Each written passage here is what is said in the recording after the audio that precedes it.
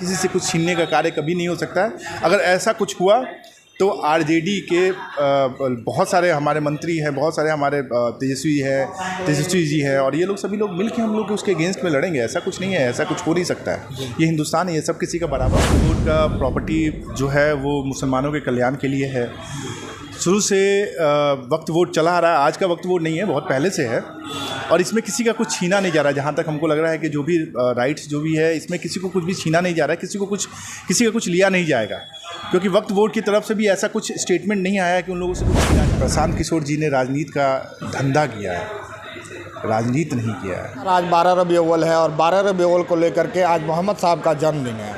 पूरे देश में हर्षोल्लास के साथ में उनका जन्मदिन मनाया जा रहा है। उसी को लेकर के अभी हम चर्चा करेंगे। अभी हमारे साथ चर्चा करने के लिए राजद प्रकोष्ठ के व्यावसायिक प्रकोष्ठ के उपाध्यक्ष मोहित गुप्ता सर हैं। गोपालगंज में कुछ दिनों से लगातार चर्चा में बने हुए हैं। इनसे जानने का हम प्रयास करेंगे। ये भी काफ़ी लोगों में जो है पेन, कॉपी और बाकी जो सामग्री है उसको भी वितरण कर रहे हैं और सभी लोगों को संदेश दे रहे हैं कि मोहम्मद साहब ने जो रास्ता बताया था, जो शांति का रास्ता बताया था, जो अहिंसा का रास्ता बताया था, उसी रास्ते पे मुसलमानों को चलना चाहिए और लोगों को भी संदेश देना चाहिए कि जो रास्ता उन्होंने बताया है उस रास्ते से जो लोग भटक रहे हैं उन लोगों को सही रास्ता दिखाया जाए। आज मोहम्मद साहब का जन्मदिन है। जन्मदिन के अवसर पे आज बहुत लोगों ने जुलूस निकाला शहर में। उसी जुलूस के उपलक्ष्य में हम लोगों ने पानी और मिठाई बांटने का आज कार्यक्रम रखा था। मोहम्मद साहब का जन्म मक्का शरीफ में हुआ था। मोहम्मद साहब के जन्म के पहले ख़ास करके सऊदी अरब और जैसे कंट्री में बहुत ज़्यादा हिंसा फैला हुआ था। इनके पैदाइशी के बाद से मोहम्मद साहब के पैदाइशी के बाद से इन्होंने लोगों को बताया कि शांति से रहें, मिलजुल के रहें, भाईचारे से रहें और इन्होंने बताया कि कैसे बच्चों की रक्षा की जाती है, गरीबों को खाना खिलाया जाता है। इन्होंने सबसे ज़्यादा सामाजिक कार्य किया। वहाँ पे लोगों को बताया कि आप हिंसा छोड़ के अहिंसा के पथ पे चलें। ये इनका संदेश आज भी ये जो जुलूस निकलता है इसीलिए निकलता है कि आप सब लोग भाईचारे से रहें। दुनिया में हिंसा से कुछ भी नहीं होने जा रहा है। हम लोग लड़ कर के मर सकते हैं और कुछ नहीं हो सकता है। वक्फ बोर्ड को लेकर के मुसलमानों का एक आरोप है कि हमारी मस्जिद हमसे छीनी जा रही है और हमारी कब्रिस्तान हमसे छीना जा रहा है। उसको लेकर के आप क्या सोचते हैं? देखिए, वक्त वोट का प्रॉपर्टी जो है वो मुसलमानों के कल्याण के लिए है।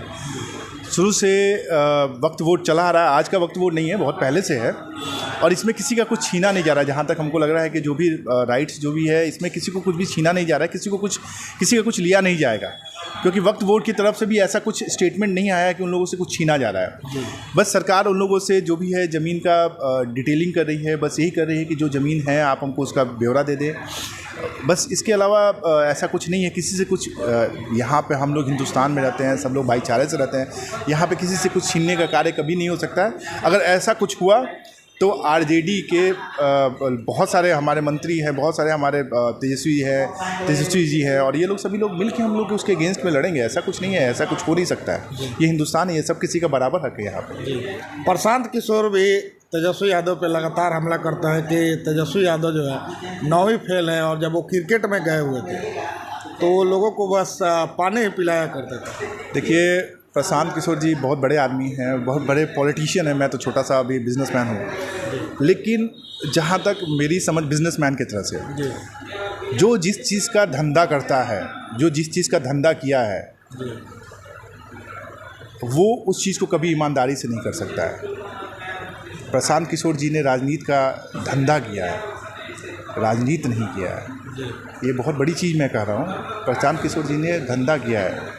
उन्होंने लोगों के लिए कैंपेनिंग किया है, उनको जिताने के लिए पैसा बल जो भी लगाया है। उन्होंने इसका बिज़नेस किया है, उसके बदले में उनको कैंपेनिंग के लिए पैसे मिलते थे। लेकिन जब धरातल पे उतरिएगा तो दोनों चीज़ों में बहुत अंतर होता है। आप पहले किसी कॉरपोरेट की तरह किसी राजनीतिक पार्टी के लिए काम करते थे तो आपका विचारधारा नहीं हो सकता है। आप कभी कांग्रेस के लिए काम किए हैं, कभी जदयू के लिए काम किए हैं, कभी बीजेपी के लिए काम किए हैं, तो आप किसी विचारधारा में नहीं आ सकते हैं, क्योंकि आपने सबके साथ काम किया है। अगर हाँ, आप किसी एक पार्टी के साथ जुड़े रहते, काम किए होते तो समझ में आता है आप किसी विचारधारा से आते हैं।